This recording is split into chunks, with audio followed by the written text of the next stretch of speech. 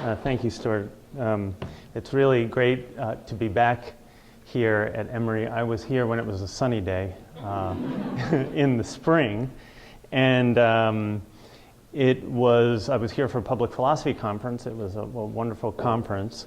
And over the summer, I was at the Digital Humanities conference at the University of Nebraska, where I met Rebecca Hansen, who has been kind enough to kind of follow up on our serendipitous meeting at DH 2013 to see if I would have a chance to come to Emory to give a talk about my digital scholarship.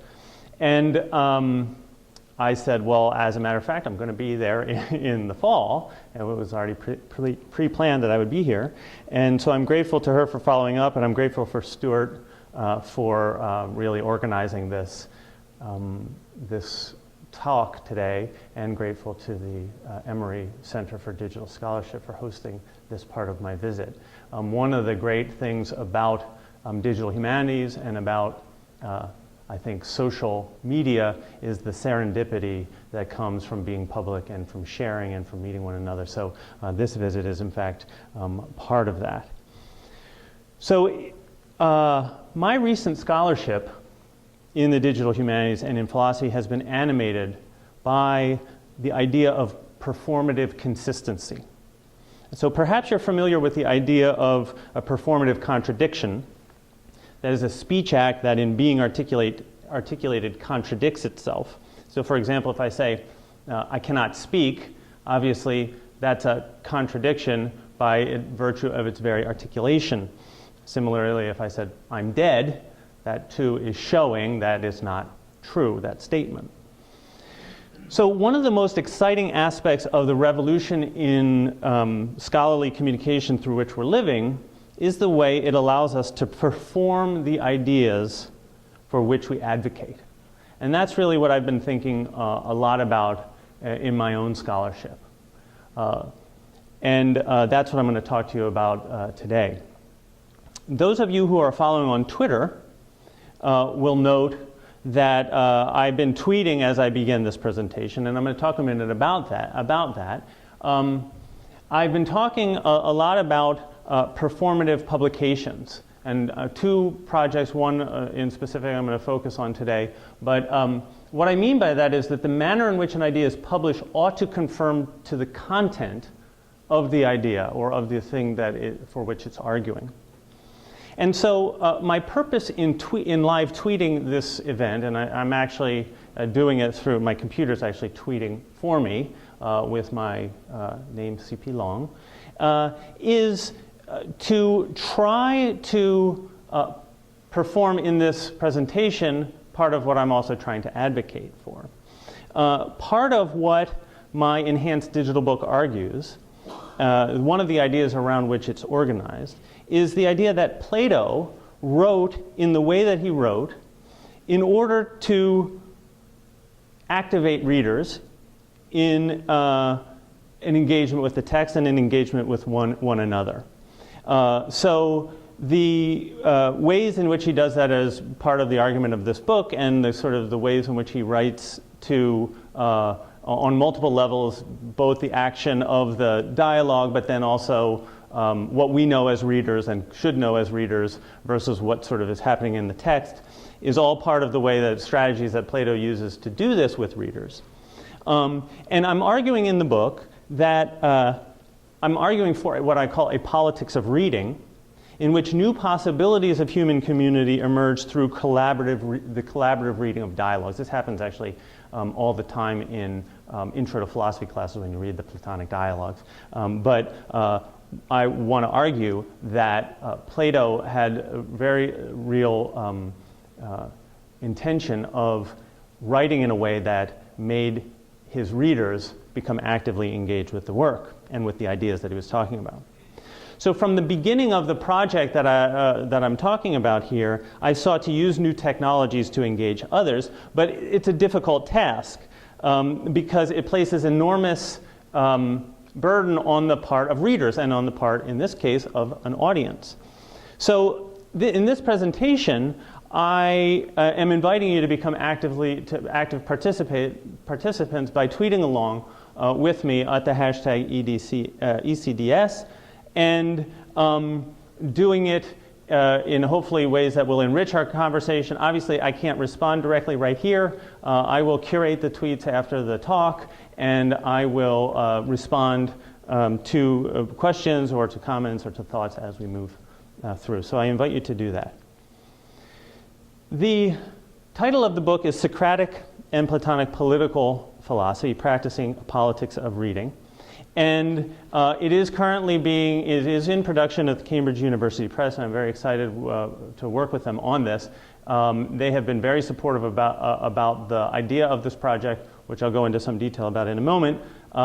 But we're doing something together that's relatively new, and so there's a lot of things that are needing to be worked out, and we're in the process of working them out. So this is really a work in progress that I'm going to talk about, and hopefully in a few months you'll see some of the results of this. But I want to talk about a second performative publication that I'm working on that Stuart mentioned, and that is the Public Philosophy Journal, which has the link here. We have a Mellon grant in, and hopefully they're going to be deciding in the next few weeks about our grant proposal. But the idea of this Public Philosophy Journal is to create an open access, open peer review journal designed to read the web every day for posts, for op-eds, for other things in which the issues of public concerns are interfacing with philosophical ideas and concepts and philosophers, and also people trained in philosophy but who are not philosophers, to read the web for those things, and we'll be developing a daily feed, a weekly feed, a monthly feed that will then be curated slowly into a curated group of links that will invite some people to kind of co-author and collaborate on some of these articles to work them up into more scholarly journal articles, and then we'll do an open peer review process. It's a very exciting project. We'll have the review of reviewers, and there's all sorts of things that go into this. But I mention it here because it is an example of the attempt to perform public philosophy as a mode of publishing about public philosophy. And it is in the same spirit of this book project, this notion of performative publication. So let's turn to the enhanced digital book, Practicing the Politics of Reading. So this project began, as I think all humanities scholarship must, with a question. And the question itself emerged in dialogue with students as I taught Plato's dialogue on undergraduate and graduate level. We were trying to understand the political nature of the philosophical life that Socrates was shown by Plato to embody. Socrates himself points in the direction of the question of politics in the Gorgias when he says here, I think that with few Athenians, so as not to say the only one, I attempt the political art truly, and I alone of those now living do political things. So what does it mean for Socrates to do political things when he refuses to take public office or participate in the traditional modes of public debate in the assembly? So what Socrates means by practicing politics is very different than what Athenians understood by politics. Socratic politics was personal rather than institutional. It involved turning individuals to the question of the good and the just and the beautiful and encouraging them to live lives according to those ideals. And I call those ideals erotic ideals because, not in the sexual sense of eros, but in the Platonic sense of eros, that is, the idea of the good is erotic in the sense that we're drawn to it, and yet it also always remains elusive to us. And that's really what Socrates is involved in doing, is inspiring those he comes into contact with for a desire for a love of the good and the just and the beautiful. So Socrates did that in dialogue with those he encountered in and around Athens. And as I began to think further about this as a research project, it occurred to me that I should pursue a path of scholarly research that performs some of the elements of the phenomenon I was investigating, namely Socratic politics. And as a result, the Digital Dialogue podcast was born. It was in 2009, and I was a teaching and learning with technology summer faculty fellow at Penn State. And the project I proposed and undertook was to see if I could pursue rigorous philosophical research in public using digital media technologies.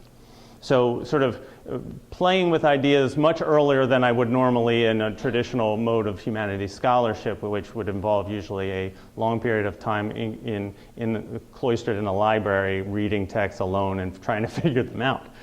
I wanted to open that up. I wanted to investigate and test new ideas in public, but without the rigidity of the written word.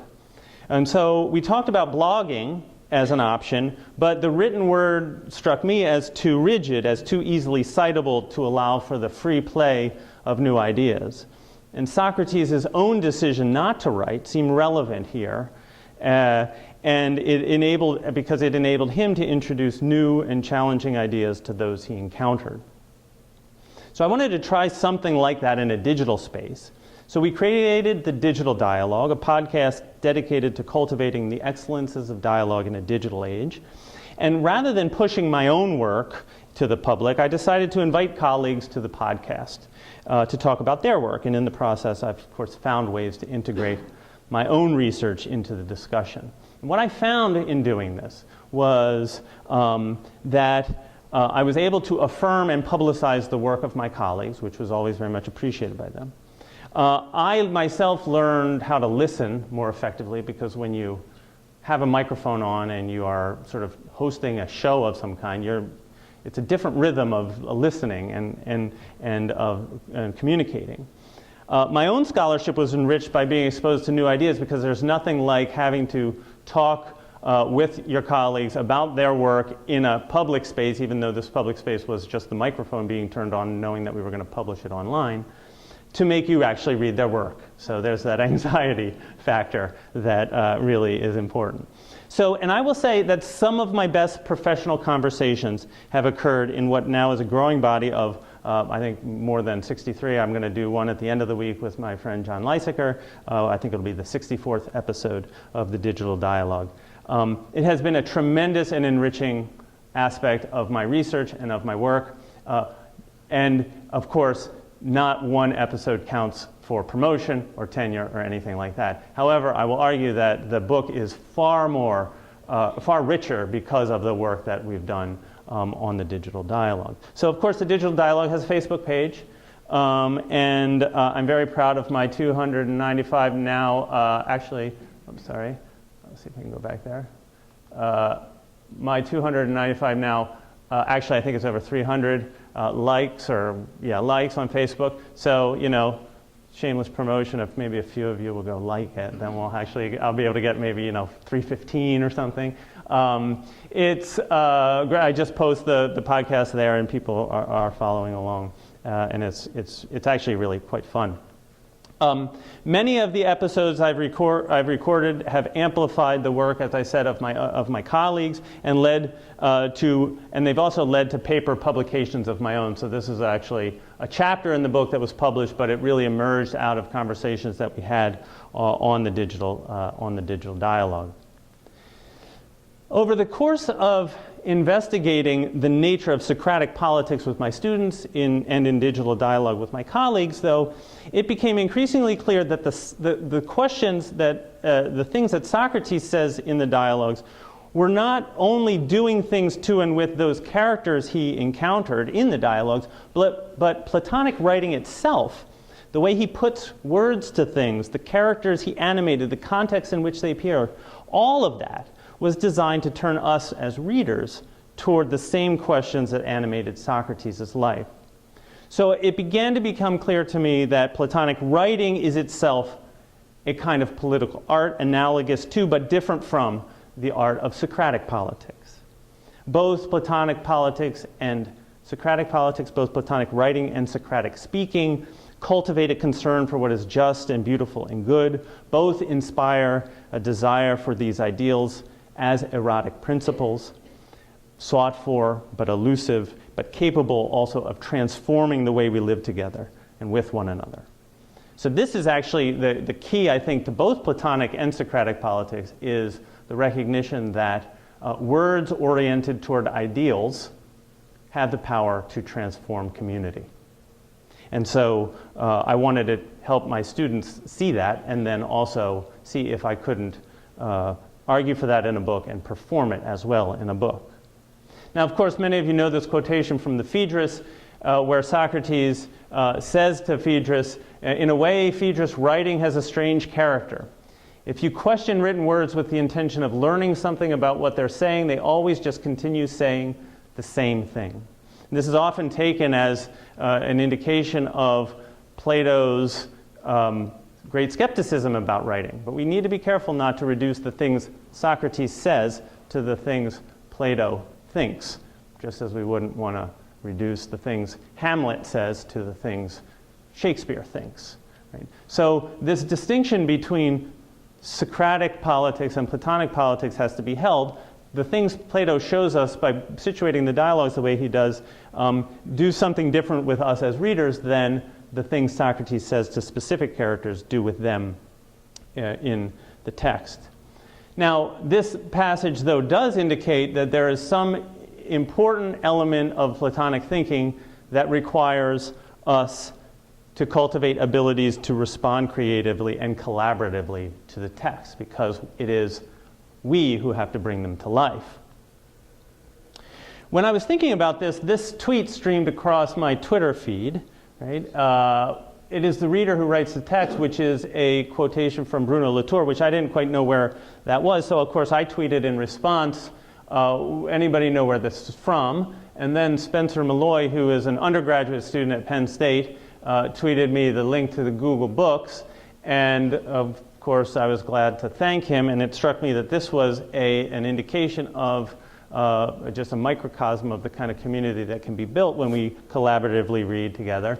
So I was linked to this page and to the exact quote, and now this quote finds itself in a presentation about this project, both to illustrate the point that it is in part the reader's responsibility to write the text, to emphasize this notion that reader and writer are always in a kind of dialogue with one another. And the quotation is, I think, a very nice one to emphasize that. Of course, it's also something that Hans-Georg Gadamer recognized when he says, what is fixed in writing has raised itself into a public sphere of meaning in which everyone who can read has an equal share. This notion that what is fixed in writing brings a reading public to life, and thus that writing in this way wins for itself a political life, points to the politics of collaborative reading I try to develop at the end of the book. So with the emergence of diverse modes of digital scholarly communications come increased opportunities to perform the scholarship for which we advocate, as I said. And the question is, can the book be published in a way that performs the politics of collaborative reading for which it argues? And that's really what I'm trying to do.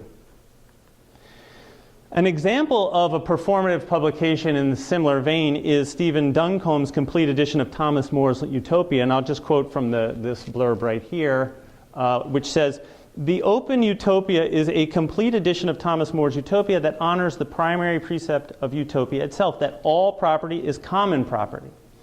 But utopia is more than the story of a far-off land with no private property. It's a text that instructs us how to approach texts, be they literary or political, in an open manner, open to criticism, open to participation, and open to recreation." So this is a good example of what I want to call a performative publication. It's a text published in a way that is consistent with the position for which it's arguing.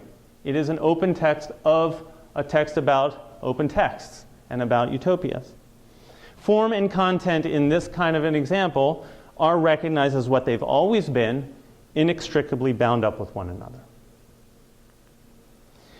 So how could I do this with my book? Well, such a book would have to include something of the dynamic process by which it came into being.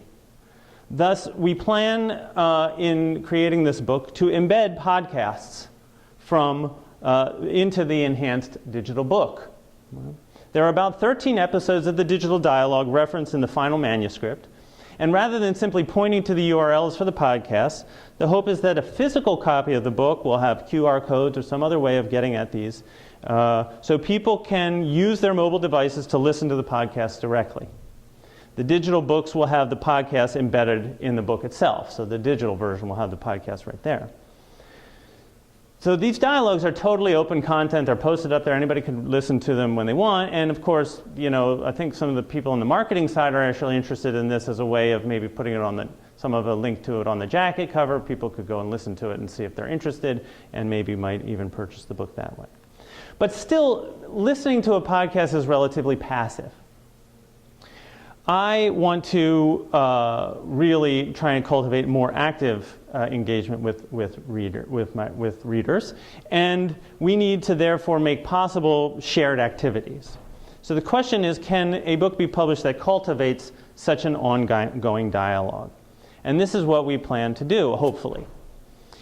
I have in mind a model kind of like Digo. Does anybody know Digo? D-I-I-G-O? Some people know this. So Digo is a bookmark sharing website. And actually, if you turn it on, it allows you to annotate websites, and you can share it with others, and you can comment on other people's annotations. My hope would be, and this is a kind of a screenshot of what it kind of looks like. My hope is that we could mark up the text of the digital book, and we see this is kind of the sticky note that kind of comes out. And I created this as somebody had written a review of my book on Aristotle, so I created this and started writing commentary, responses, and then another colleague of mine started responding to me in the notes right there on the public web, and so that's there. And I thought, well, this is kind of what I want. This is what I would like. I would like to have people be able to annotate my book and engage with me about those annotations, should they choose to make those annotations public. So the idea would be to enable readers of the text to highlight things and make annotations public. Those of you who've read Kindle books know that this is possible when you get those annoying, well, 500 people have highlighted this part of the text. But this would be something you could toggle on and off. But it would be something that would be a way of sharing what emerges as important to the reading public. Much of the technology for this is already in place, and it's just a matter of bringing it together in a compelling way, and that's what we're working on. Now, Cambridge is actually actively working with me to implement this, and we're in the process. This is a mock-up of what we were talking about. So here is a mock-up. This is actually the text of the book, which we might have this kind of sticky note model like Digo. But now we're also want to integrate social media, so Facebook, blogging, Twitter, so that people will be able to easily cut and paste certain passages into those social media streams and engage in a conversation that way. I will be, as author, alerted to those things and can use them on my blog and engage people in back and forth that way. This is just a screenshot of my blog site. Now, of course, to keep the spirit of performative publication and public scholarly communication alive in the project, I have, of course, I'm live blogging the process by which we're developing this book. So you can go to my blog and you can see the evolving book, and you can see our ongoing conversations, which very much are ongoing. Cambridge has been very receptive to this. I've been really heartened by their receptivity, but they are a 500-year-old publishing company, and so there's a lot of sort of moving parts that have to be brought along as we do this. So I've been continually advocating, and they've been wonderful. One of the things we thought we would do is use an example of something like Comment Press. This is a screenshot from Comment Press, which allows you to have comments attached to paragraphs of text and sentences and pages at specific points, so that we could see what you can see, how many, these are like numbers that show how many people have highlighted it in that way, and that sort of thing. We can see what elements of the text people are interested in that we might want to talk further about. The idea is to enable public annotations that would feed my blog and offer me an opportunity to respond. And the hope is that this would lead to new avenues of research, enriched understandings of the book, and new opportunities for me to learn from readers. In short, the hope is to cultivate a community of collaborative reading. Here's another more developed iteration in which elements of comment press are now integrated. So we're thinking maybe on the side here you would have kind of these comments scrolling up and down. And the publication of the book then would be designed to perform the central argument of the book, namely that reading can be a deeply political activity. Such a performative publication would further seed new ideas for further projects as we engage one another, perhaps producing new episodes of the digital dialogue that would in turn open new possibilities of more enriching connections with one another. So I see this as an evolving book, recognizing that in many ways the writing of the book itself was the easier part of the project. And what's critical now is the hard work of building a community of thoughtful, imaginative, and committed readers. The very hard thing for which I argue in the book, and the very hard thing that Socrates and Plato, I argue, were attempting to accomplish. So, thank you.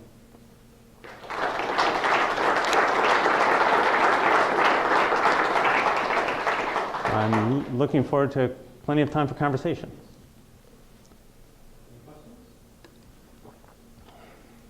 Yeah, question. I'm 100% with you on the idea of incorporating social channels and other areas where conversations or existing conversations maybe are already taking place or can be tapped into. I come at it from the kind of marketing and technology side of it. And one of the challenges I've noticed with working with academics is that there's a big break in the technology of what's being popularly implemented or is maybe is coming up. And so I'm just curious, because I run into issues dealing with the uniformity and standardization of these conversations. Because if everybody has their own WordPress plugin, obviously everybody's interacting, or everybody's in kind of isolationist right. areas. So. Yeah, so I think this is an important point. Where will the community coalesce? So part of it, I hope, will be on the blog. We'll have an added, page there that will be linked to the enhanced digital book, but then also hopefully have the stream of conversation. But one of the things I'm really also interested in is decentering myself as author. And so I'm hoping that people will create, let's say, their own WordPress blogs that are collaborative reading groups about this book. And that I'll be able to visit and comment on that and tweet out about it or Facebook it too. We've seen somebody much more famous than me, much more well-known, somebody like Bruno Latour has a new electronic book out that, and you're seeing all of these WordPress reading group blogs pop up all over the place, and they're trying to aggregate them and curate them. If something like that happened, I would be honored and try to figure out a way to have a hub of information. But yeah, this is something that's going to be a real challenge for us to think about in regard to also the press. So how does my personal website interface with the press and its need to monetize certain aspects of the book and all of that? So all of these things are really in play and something we're actively working out. But it's we have the model of journals. Many of the online journals that Cambridge produces are all online. But the ability to let certain aspects of the text go public, right? Even big, relatively large chunks, if you're going to tumble, a passage from it or tweet it or whatever, or put it on Facebook, now parts of that book are out there now. And those are public spaces. And I want that myself as author, but we have monetizing too to think about. Yeah? How would you define in the age of digital scholarship of humanities public? Because to me, you keep on talking about public space. Yeah. And you also make an analogy between Aristotle and Plato in Athens about 2,500 years ago. Yeah. And in today's world. And to me, there has to be qualitative, not just quantitative difference. So I'm curious, in applying this new technology, how it may help also to redefine what public means. Yeah. So this is great. So I don't know if people heard about, and this is a question about the meaning of public in this context, particularly the difference between a relatively small public of Athens and a global public of what we have now. So, I mean, I do not have a fully worked out theory of the public in this, that's something that's probably a source of that needs to be further theorized. In doing that theorizing, though, I would like to engage in a public discourse about it. And public in this sense means simply, like we're doing here, streaming it live to the web. Whoever might kind of pick it up, streaming it, having it live tweeted so that people might find it, serendipitously be interested and come and add something to it. Of course, with that comes, as it did with Socrates, when he meets a Thrasymachus or a Callicles, and things can, get kind of ugly because people are, not always generous to one another in their communication. Part of what I've tried to do with the Digital Dialogue podcast is I've tried to learn myself habits of good public dialogue, and tried to perform them and model them as I learn them, so that the community that hopefully grows up around here, around my work, is a community of sort of generosity and respect, even if there is disagreement. But there's, the internet is a big place, and there are trolls and angry people and people who think what I'm doing is completely crazy. I think that's part of what I want to expose myself to. Although, if somebody's tweeting bad things out there, don't. I'm not wishing for that. But it is so. I mean, there's a kind of level of exposure here that certainly. I don't think well, I probably shouldn't speak of all humanists, but somebody with my training in a humanities discipline like philosophy is not used to that. And so there's a real kind of risk of opening your ideas up early before they are fully baked, if an idea is ever really fully baked. But so all of that is, but I think part of it is learning how to be in this new world of hyper-publicness in a way that we don't even have a way of getting our minds around because it's so large, right? The fact that I press a very private thing to press send on a tweet, anybody in the world with access to that computer could see it. That's unheard of. Yeah? First of all, thank you so much for coming. Thank you, Stuart and Brian and Wayne, whoever else brought. Well, thank you. This is amazing. So I'm super excited about it. So I work at the Center for Faculty Development and Expert. And of course, like you sort of talk a little bit about the tenure approach, right? Yes, I did. My job is to right. help faculty. Yeah. Succeed and become excellent. Right.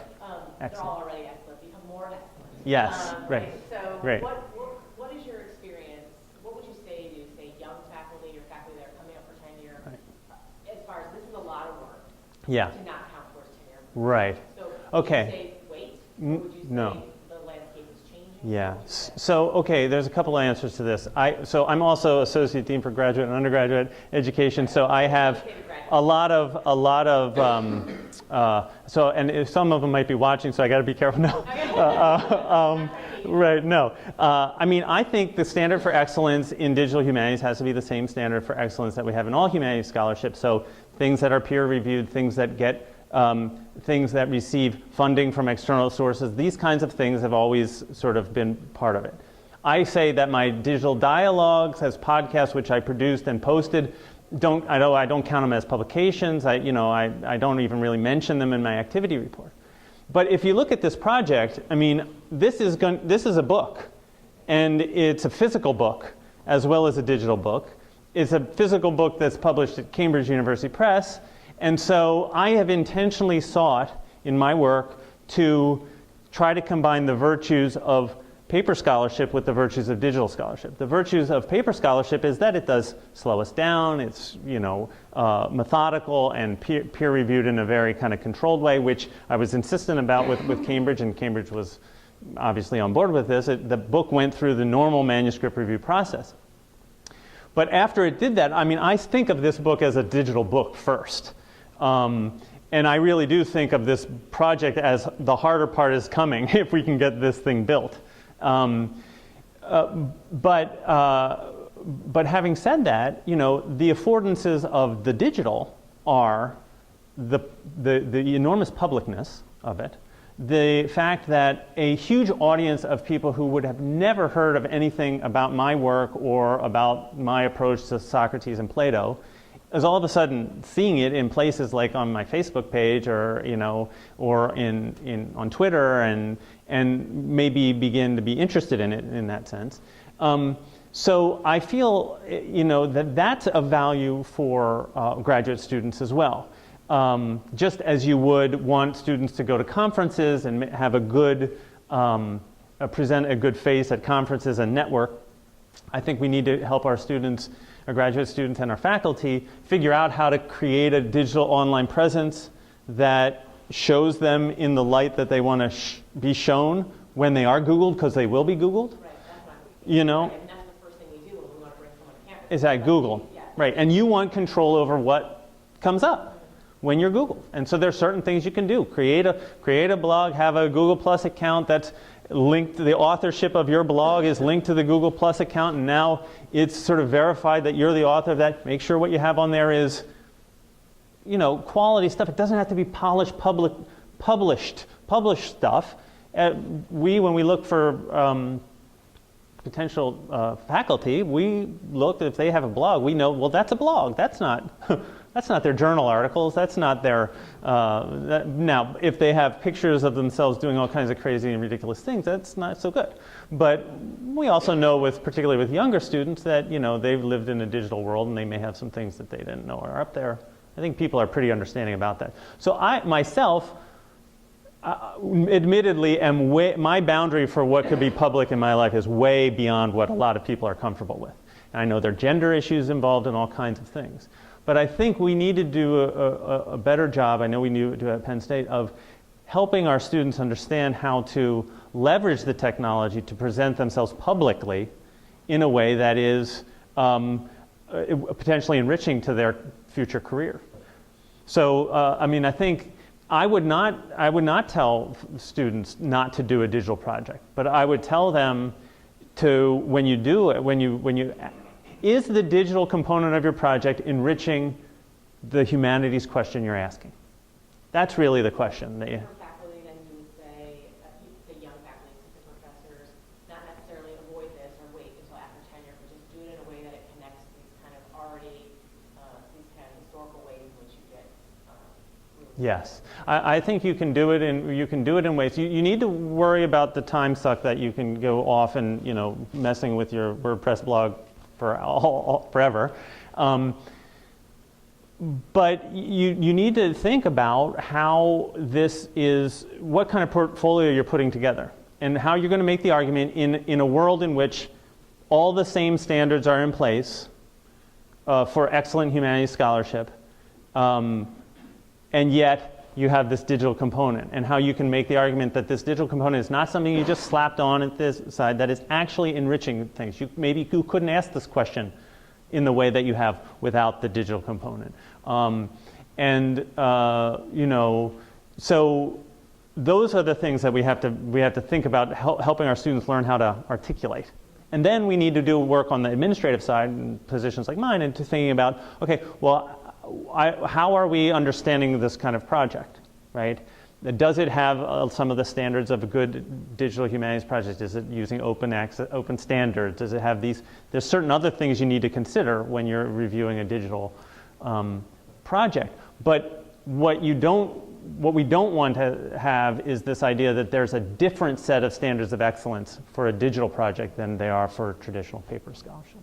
So I think the strategy of combining the manuscript culture and the digital culture of scholarship is really valuable, because they both have affordances and they both have limitations. Yeah, Brian. So I have perhaps a related question. This idea of the public is Plato and Socrates are working with a much smaller group, and because of that smaller group, it's a lot easier to create participation, because I'm speaking to you face to face. Right. Same thing with your digital dialogue. Yeah. The idea of a crowdsourced response to peer reviews, it's been done a lot It's increasing. Yeah. It's not ground shattering anymore or scary. But it's still really hard to get people to actually participate. Yeah, right. And so, because everybody has so much to do, Right. we've gone from the moment of publication being a scarcity to attention. Mm-hmm. So how do you have a plan in place for, apart from coming and speaking to Yeah, groups like this, right. to really sort of cultivate people who are willing to participate? Because this is a fiction we tell our students when they belong. Right. The world might be Right, and exactly. it might be, but Exactly. most of the time the world is. Right. So there are a couple of things I want to say about that. I'm actually really much more worried about this whole question of community building with regard to the Public Philosophy Journal than I am with my enhanced digital book. My enhanced digital book, if it's just a book and some few people read it and a couple people comment on it, it's just like I publish a physical book and I'm not going to die. But the Public Philosophy Journal is predicated on the idea of a community of people who have bought into this idea that we're going to collectively review and come together as a community. And I would want to call it, following my the co-PI on my project, Mark Fisher at Penn State, he likes to talk about community sourcing rather than crowdsourcing, because crowdsourcing has this idea of just sort of the haphazard public, and community sourcing is a group of people who have some commitment to this endeavor of Public Philosophy Journal, and they are willing to engage in a way that's substantive. So I got to give Mark Fisher credit for that formulation. I think it's really nicely said. And so now, bringing it back to Plato and Socrates, however, I want to push that a little bit because, okay, Socrates was speaking to individuals. But if you take a look at what Platonic writing has done and the enormous public, intergenerational public it has reached, it is global, it is multi-generational, diverse languages.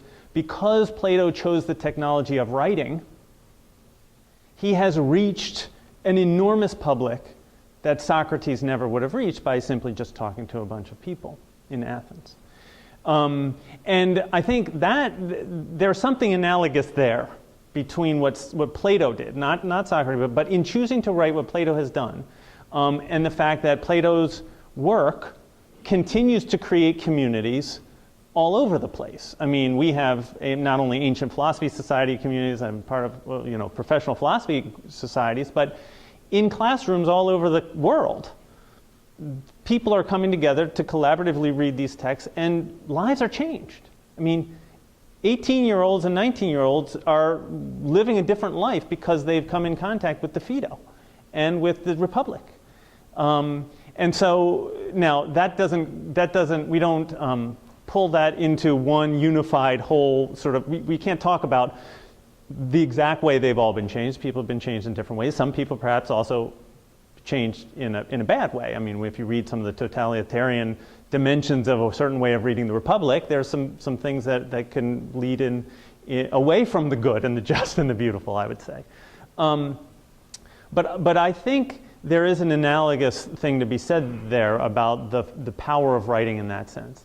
And what I think we're witnessing in the digital revolution is the reanimation of written text and the rendering of written text more dynamic. So some elements of the Socratic speaking is actually being now reinserted into writing. Writing is no longer as rigid and static as it was, and that for better and worse. I mean, as Plato said, it's a pharmacon. It's a medicine or a poison. I mean, all technology is that. And I certainly don't want to be seen as somebody who is just wholeheartedly embracing technology as, a panacea or always good or always better. I'm really trying to throw my weight into this, saying there's a lot of really interesting affordances that this kind of scholarship gives us. But there are limitations. And what are those limitations? Well, anytime you open something up to the public like that, there are limitations. So I don't know but I need a better plan.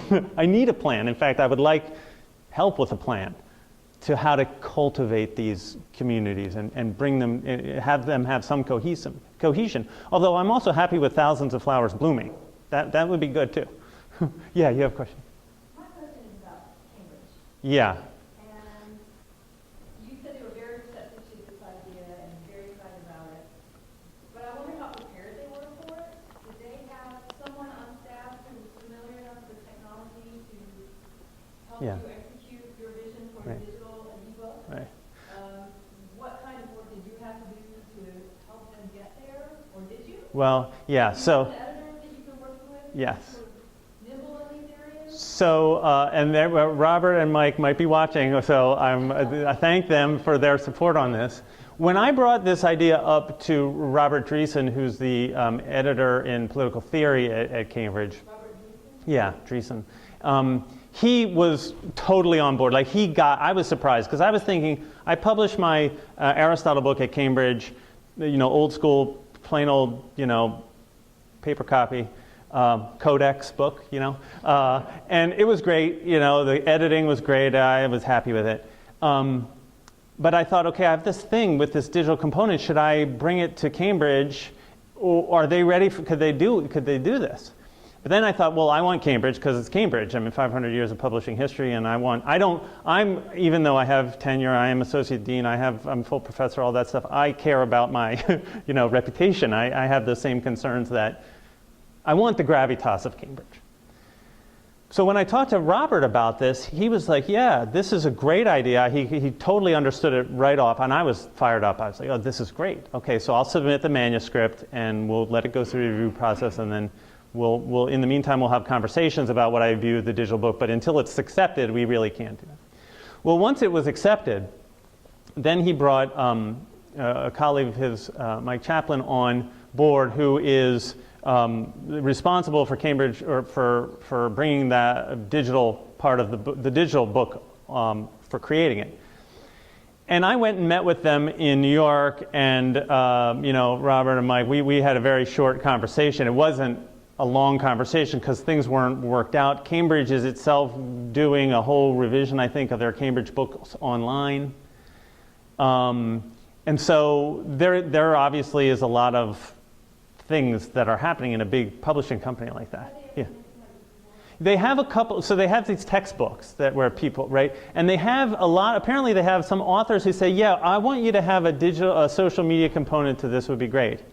But nobody who came, and not very many people come to them and say, yeah, I want a social media component, but I'm going to be ready to respond to people and be really engaged. This is what I want to do. But to their credit, they said, these things that he's asking for are coming.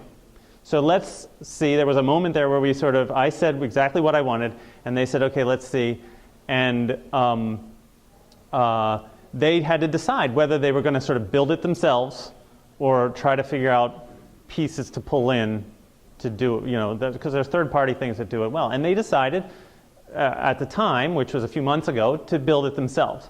Now we're moving forward, right? And it's going to be interesting. I'm confident in Robert and Mike in their ability to navigate the internal politics, which I don't really understand. I'm not on the ground. I can kind of sense it being part of a big university at Penn State. I know, the kinds of things they're dealing with. Look, universities like Emory, like Penn State, big publishing companies like Cambridge are around for hundreds of years because they don't change quickly, because they don't respond to the newest thing, without thinking about it. However, those of us in these universities and these institutions pushing for change, we need to see some more change sometimes more quickly, just for our own sense of sanity. But I think we're at a point now where the copy editing I'm supposed to get this week of the physical of the printed book. So then, as that's coming down, I'm saying, okay, well, what about the digital part? Are they gonna be mapped? Or I would like, for example, paragraph references for the physical book, so that when you're on the online or in the physical book, you could reference the same thing. Design-wise, how's that going to work? Are they going to be okay with that on the print side? But right now, they're very they're very supportive, but I know I can see that there's internal things happening that I'm kind of glad I don't know about, because I'm hoping that they're going to just work it out, and then all of a sudden they're going to unleash the huge core of programmers that they have working for them. They have an enormous core. Mike keeps talking about how he's got access to 150 programmers, and when we turn this thing on to go, they're going to be able to develop it very quickly, which is good. Sounds good to me, knowing that at Penn State sometimes it takes 8 months just to update a website, right? So, but it's a different scale, and I think they're right. I mean, they know what they're doing, and so I'm confident about that. But it's a real interesting thing, which is why I'm kind of live blogging it, just for my own kind of sanity of, okay, and I think it will be insightful for people too, to see, how things go. I think hopefully if it's something that is sort of visually designed well and not too cluttered and has sort of a nice feel to it, that it will actually really do a lot for the sale of the book, for the reputation of Cambridge as being innovative in this way, and certainly as an author, it would be like a dream come true if it became something of note in the public. Yeah. Thank you. This is very challenging, and I appreciate the presentation. I have, I think, sort of a theoretical reflection on some of the earlier comments, and then a very simple practical question.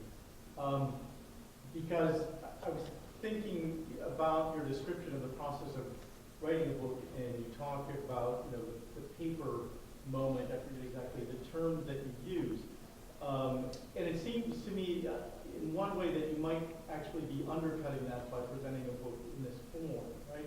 In your earlier comment, I agree completely with your characterization of Plato's work, but I suppose one could argue, there was a long delay and there was a lot of reflection that went on in Plato's writing, and that's what led to that particular sort of creation, which has endured all this time. So that's one reflection. And then the practical side of it, I did mean to note, for example, that I can't follow you on Twitter. I mean, I don't have time to do that. I want to do that while I'm sitting in your talk, actually. Right. But where do you get the time? How are you going to do this just in terms of time? Yeah. Okay. Let me respond to the first part first, because that where am I going to get the time question is always the question. And whenever I present here is always that question. So the point about the time that writing takes, I think, is a really important one. This book took time to write, and it was a lot of the writing, happened just the way writing does, with me trying to hammer out how to say something. It was very much enriched by the conversations, the digital dialogue conversations I was having, and the meetings that I've had in very traditional organizations like the Ancient Philosophy Society, which I'm a member of. We have physical meetings. And that's also something, actually, back to Brian's question too, a way of building community is having just old school, physical, face-to-face gatherings, conferences, and that sort of thing. And we're going to do that with the Public Philosophy Journal, because we have the Public Philosophy Network, which is why I was here in the spring to meet with that group. But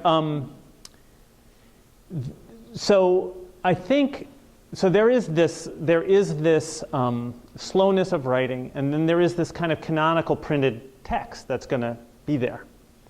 But I think my vision of this, in a way, is, and this is going to lead to the second question, in a way is that, okay, now the canonical text will be printed, but now I've got this digital text that's kind of living, and we're talking about, and ideas are flowing, and some people are starting to question my interpretation of this or that, and I'm sure, the fallible person that I am, there's mistakes in there that I'm going to want to correct, and I'm going to correct, and then I'm going to want to rewrite or reformulate. And I want that to be part of the living nature of this evolving book. So I see this sort of the evolving book not only as a production of it, but also once it's out there, it's kind of going to be continually being written and rewritten and collaboratively now written in a way in which now the readers, in a way, are going to become kind of collaborative authors, I hope, if I can do this. Now, that brings the question of, well, how am I going to get the time? Well, I'm not going to be able to respond to everything. Well, let me say this. First of all, I hope I have more things to respond to than I have time to respond to them. I mean, that would be a sign of some success. And so part of what I mean, I think this relates to one of the main ideas of the book, which is that Socrates was keenly aware of his own finitude. And part of what Socratic politics is being able to respond to others in the light of that finitude. And I think I'm going to have to perform some of that myself, recognizing that I'm going to be able to respond to some of this. Some of it I'm going to be able to really focus on and find hopefully rewarding and enriching. Others I'm not going to have to go without me commenting. I mean, in this connection, Twitter has is related, right? Because for me, Twitter is a kind of constant stream that I tap into periodically, and I don't worry about all the things I miss. I mean, you'll drive yourself nuts if you start worrying about what you missed. But then you'll tap into it, and there'll be a serendipitous link that you found that you wouldn't have seen, and now all of a sudden you've discovered something new. I think some of that will happen. So the question is, what kind of community will emerge, can emerge in that? Is it going to be a constellation of many diverse kinds of communities? Could we even call it a community at all?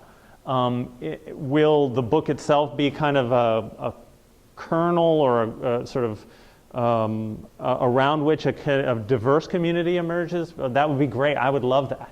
Will it die with no community at all caring for it? Could be. It could be.